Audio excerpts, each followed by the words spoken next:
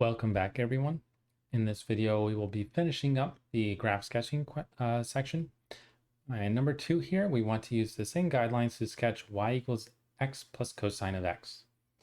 Now, one thing I'll warn you is that when it comes to dealing with trig functions, even if you don't have a true period, like we described at the very beginning of the section, because it's not just trig functions, we have an x there, you can have sort of a periodic type of look, as in the graph repeats the same shape, it just might move up or move down. And it can be a little annoying to deal with, which is just really part of the deal with trig functions. But we'll see how to deal with them as we go. Now, outside of that, really everything else is a lot easier than the previous one. So the domain of this is all real numbers because you can plug in anything to x and you can plug in anything to cosine of x. The domain is -infinity to infinity. The thing to remember is that pretty much we only have restrictions for the domains for the natural log of x, even roots of x. So if it's an odd root, it's fine, and fractions if the denominator equals 0.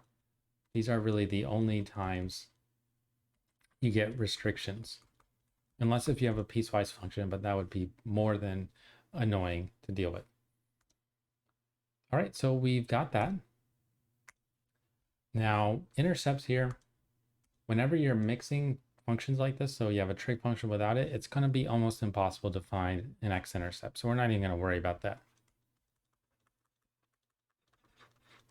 I'll show you on the graph why that's so challenging.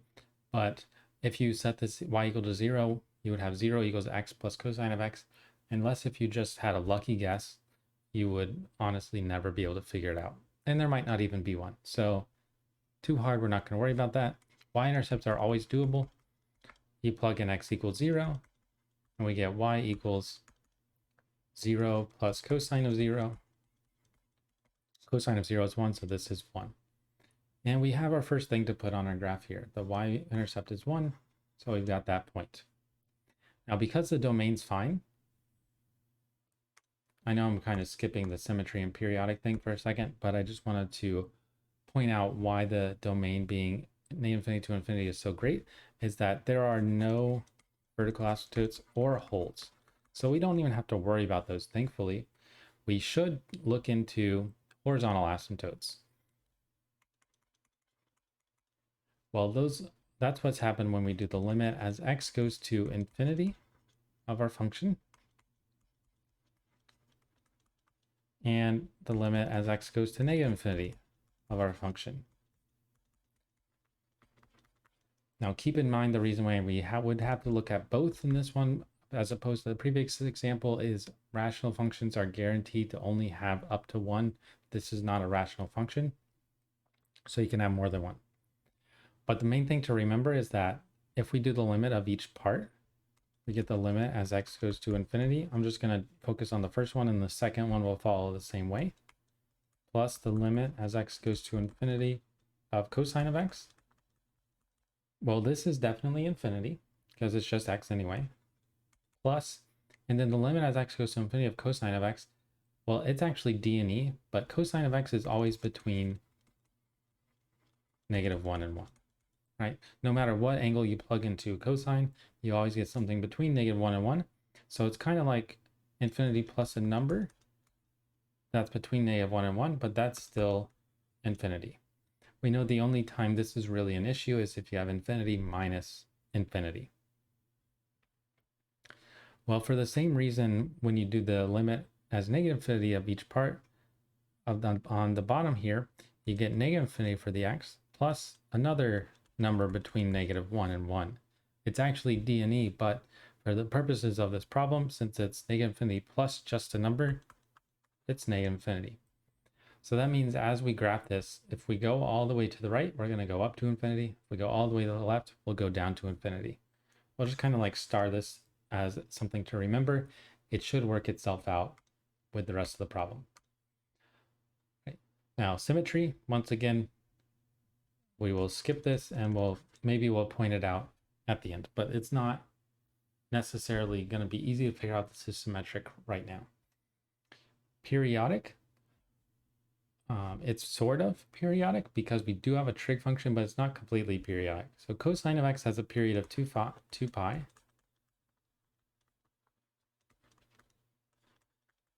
And what's going to happen is the graph shape will look repetitive every 2 pi. So it's going to be sort of periodic looking every 2 pi. But it's not truly periodic. So periodic function, once again, you have to follow the same exact shape, the same y values. If it's going up and kind of following the same pattern, it looks sort of periodic. If it's going down, or it can even go down and up or something, that's not periodic, even though it sort of looks like it. But we'll just keep that in mind. All right, now going through these 5 things doesn't really give us much of a picture. We have the y-intercept, and that's pretty much it. We know that as we go to the right, it should go up. Now, as we go to the left, it should go down, but that's pretty much all we know. So the sine charts are really what's going to bring a lot of value here. So our f of x was x plus cosine of x. Nothing to simplify here beforehand. And we want to do the sine chart for f prime. So let's go ahead and write f prime of x. The derivative of this would be 1 minus sine of x. And how do we make sine charts? Well, we set it equal to 0 and solve. We find our critical numbers. Right? So I'm just going to rewrite the equation. So the derivative is 1 minus sine of x. We want to set it equal to 0 and solve it. If you add the sine of x to each side, you get 1 equals sine of x. Right, can you think of on the unit circle where sine of x equals 1? And you should get that x equals pi over 2. But there's one slight problem with that. It is pi over 2, but remember the unit circle, it goes around over and over and over again. So every 2 pi, because the period of sine of x is 2 pi, you're going to still get sine of x equals 1. And hopefully you saw something a little bit like this in trig, where really all the solutions are represented by 2 pi times some number. We use n to represent an integer. All right, but what this really means, if you write out a few of them, we have pi over 2, that's sort of like n equals 0. If you add 2 pi to that, so that's when n equals 1, you get 5 pi over 2. If you add 2 pi to this one, so if you go around the unit circle 2 extra times, you'll get 9 pi over 2. And that's good enough, but you would keep adding 2 pi and you'd still get more answers. And then if you subtract 2 pi, so like n equals negative 1, if you subtract 2 pi from pi over 2, you get negative 3 pi over 2. And if you subtract 2 pi again, you get negative 7 pi over 2. And you could keep subtracting 2 pi. So the point is we have all these critical numbers. Pretty terrifying. Because if you think about what we're going to have to do, and don't worry about it, we will have a simpler way to do it. But just for the purposes of trig functions, this happens all the time, is you think, okay, I'm going to have to mark off pi over 2, I'm going to have to mark off 5 pi over 2, and then I'm going to keep going, and then I'm going to have to go backwards, so negative 3 pi over 2, and you can't write them all down. Well, usually with things like this, you have to be given, or you have to use the fact that it's somewhat periodic. You have to use the word somewhat because it's not truly periodic, but we have to use the word somewhat. And the reason why somewhat matters is that what's going to happen is for every period, it's going to follow the same shape. But let's go ahead and actually see that. So let's plug in a number in these 4 sections. Keep in mind that we can't plug in anything to the left of negative 3 pi over 2 because the next smallest one is negative 7 pi over 2. So something like negative 5 pi over 2 would work. Now something between 3 pi over 2 and pi over 2, zero's in there. So I'll go ahead and do that. And then something between pi over 2 and 5 pi over 2. Well, you could do like 3 pi over 2. That would work. And then something bigger than 5 pi over 2, but not bigger than or smaller than something that's smaller than also 9 pi over 2. You could do 7 pi over 2. And if you're asking how I'm getting those numbers, I'm just looking at the numerator since it's something times pi over 2 and picking a number between 5 and 9, picking a number between 1 and 5. Right, but after we do a couple, you might see what happens. So let's go ahead and look. We got f prime of negative 5 pi over 2 our f prime of x is just 1 minus sine of x. So we got 1 minus sine of negative 5 pi over 2. Now, if you don't have that memorized, then that's completely understandable, because what you have to do is actually convert this to a coterminal angle between 0 and 2 pi, figure out where it is, and then use that. We don't want to go through all that. We're just going to type it in, and sine of negative 5 pi over 2 you should get is negative 1. So this is 1 minus negative 1, which is 2. And that's greater than 0. So we'll go ahead and put a plus. Now what about the next one? F prime of 0. Well, we plug in 0, we get 1 minus sine of 0. Sine of 0 is 0, so this is actually just 1, which is also greater than 0. And then 3 pi over 2. Oops, just 1 prime though. F prime of 3 pi over 2. We have 1 minus sine of 3 pi over 2. Now that is between 0 and 2 pi, so hopefully you can tell that that is actually negative 1 as well. That's the negative y-axis. We got 1 minus negative 1, which is also 2, which is greater than 0.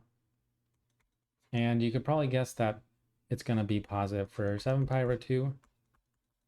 And that's because sine of 7 pi over 2 is also negative 1. So this is going to be 2 again, which is positive. Once again, if you're not strong with that, go ahead and type them in. One of the points of the unit circle is to know how to evaluate this, but when your angles can be outside of 0 to 2 pi, there's a long process to officially get it between 0 and 2 pi and then use the unit circle. And we don't want to spend too much time on that here. But the point is, this is literally increasing everywhere. And the reason why we don't want to, we could really just use one of these is because it's pretty much periodic for each 2 pi. And another thing that you could actually observe, if you're really noticeable, is that because sine of x is never bigger than 1, the biggest thing you subtract off here, 1 minus sine of x, the biggest possible thing this could be, smallest possible thing is 1 minus 1, which is 0. So in fact, the derivative is always at least 0. So it's always increasing, except for spots where it's 0. All right, now one thing I want to add here, because we did have an issue with the last problem when we talked about where the derivative equals 0 and we had x equals 3, it was a vertical asymptote. Well, for this one, the domain was negative infinity to infinity. And when we have increasing right next to increasing, right next to increasing, it's increasing the whole time. What's going to happen with the graph is it's just kind of pausing. So I can't really draw it well, and we don't know the concavity yet, but it's probably going to look somewhat like this. We're going to have x going up, and then it's going to slow down, and it's pretty much going to look flat at these spots where it's 0, because the derivative being 0 means that it's flat, but it's going to go up and do this, and it's just going to sort of look like this pattern. We do officially need the concavity to make sure we can verify this. So I'm going to go ahead and redraw that, because this is probably what it's going to look like. Something like that, almost like stairs, but a wavy stair, because it's not going to be pointy, it's going to be nice and smooth. All right, so it's probably going to look something like that. Let's just do the sine chart for f prime prime and make sure everything works out. All right, so f prime prime of x.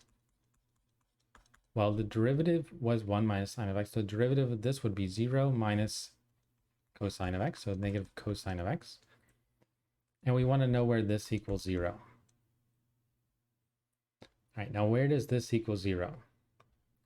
Well, where's cosine of x equal to 0? Think about the unit circle. There's 2 spots. It's pi over 2, and it's 3 pi over 2.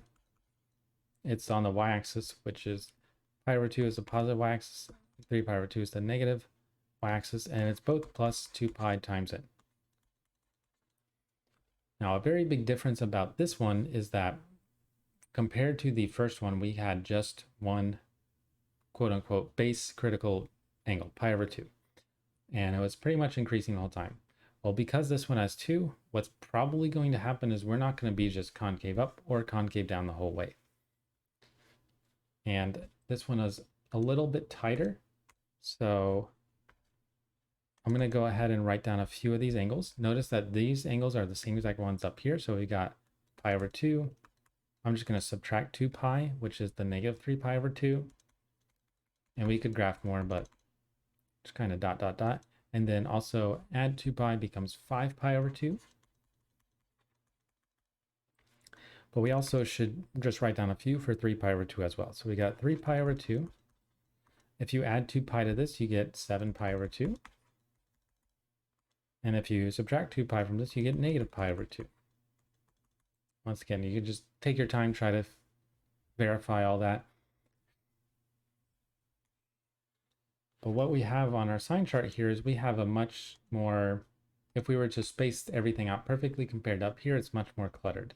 So let's say this is where pi over 2 is. Well, then the next biggest number here is 3 pi over 2. And then 5 pi over 2 is the next biggest. And I'm actually going to just draw in 7 pi over 2 at the end, and I'm not going to try to put something to the right of this. And then the next smallest one from pi over 2 is negative pi over 2 and negative 3 pi over 2. Now, one thing I want to emphasize again is that you don't have to do this much. I'm just showing you really full on what's happening. You know, you probably could get away with doing maybe these inside 4. That would be enough because that's 2 from each, and that really would show you the pattern. All right, but when you choose numbers to plug in here, you're going to have to be careful because they're so close that you only really have one good choice. So from negative 3 pi over 2 to negative pi over 2, I would do negative 2 pi over 2, which is just negative pi, so you can simplify that. Between negative pi over 2 and pi over 2, I would do 0. Between pi over 2 and 3 pi over 2, I do 2 pi over 2, which is pi. Between 3 pi over 2 and 5 pi over 2, I do 4 pi over 2, which is 2 pi. And then between 5 pi over 2 and 7 pi over 2, I would do 3 pi, because that's 6 pi over 2. All right, so now that we've gone through that, I'm just going to change this negative 2 pi over 2 to just negative pi to make it just visibly easier to plug in. And we have to plug into our second derivative, which is just negative cosine of x. We got f prime prime of negative pi, f prime prime of 0, and f prime prime of pi, f prime prime of 2 pi, and f prime prime of 3 pi. So we want to do all these. And once again, you could get away with probably just doing the middle 3 here, and that would be fine. It's basically you want to see the pattern happening. All right, so remember our second derivative is just negative cosine of x. So we got negative cosine of negative pi. Now cosine of negative pi is negative 1, so this is positive 1. And we're going to get a plus here at pi, negative pi. Now at 0, we got negative cosine of 0. Cosine of 0 is 1, so this is negative 1, which is less than 0. We got a minus sign here. At the second one, or third one here, at f of prime prime of pi, we got negative cosine of pi. Cosine of pi is negative 1, so this is positive 1.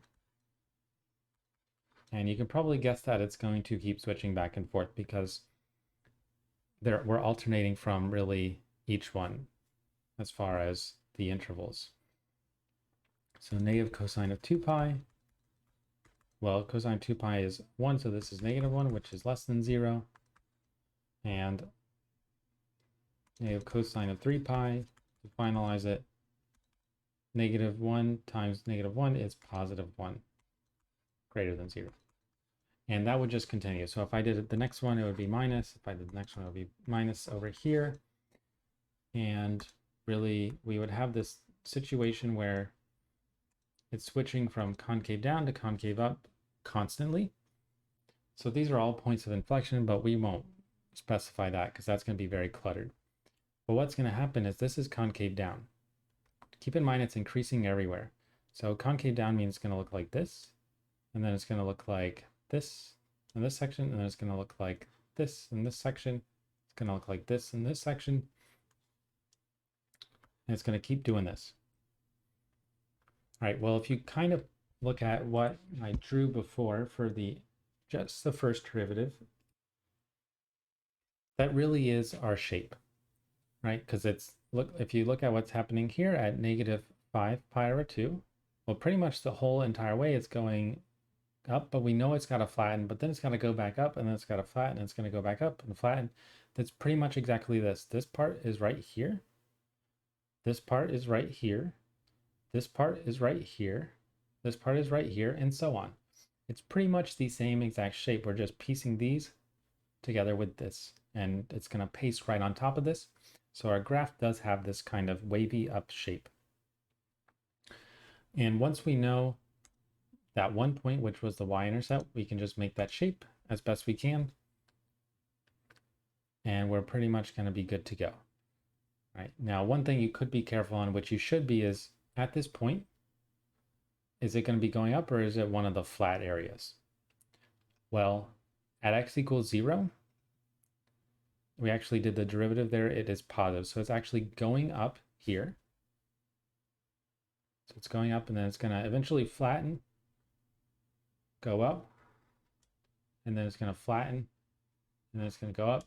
And like I mentioned, it's very hard to know exactly how this is going to work. Like how high is it going to go up before it flattens, how far, but it's just going to follow this wavy pattern. And you notice that it does match our asymptote thing, because as we go to the left, it goes down to -infinity. As it goes to the right, it goes up to positive infinity. And let's go ahead, and I went ahead and just graphed it so I could show you that our graph does have that sort of shape, x plus cosine of x. It has the y-intercept of 1. It does have an x-intercept. You'll notice it's kind of a random number. If you try to figure that out, it has nothing to do with like the square root of 2 or pi over 4 or something like that. It's just not really relevant. But we have the same shape, and pretty much the main thing was it's increasing here. It's not flat at the y-axis, so it's going up, and then it's just following this wavy pattern. Once again, I can't emphasize enough, the point of this section is not to be able to do all this in one problem. It's just forcing extra practice. Can you take a function here and do all the parts that really chapter 2 and 4 have talked about? L'Hopital's rule, sine charts, continuity with the domain, intercepts, which is an old thing, asymptotes. Are you capable of doing that? If you're capable of doing all those individual parts, you are fine. Even if doing them all for one function is overwhelming, and I know it is. Right? So once again, don't worry about having to do this all on a test type situation, at least for me, and just be able to do each part. And I'll be more than happy with that. But I will see you in the next video.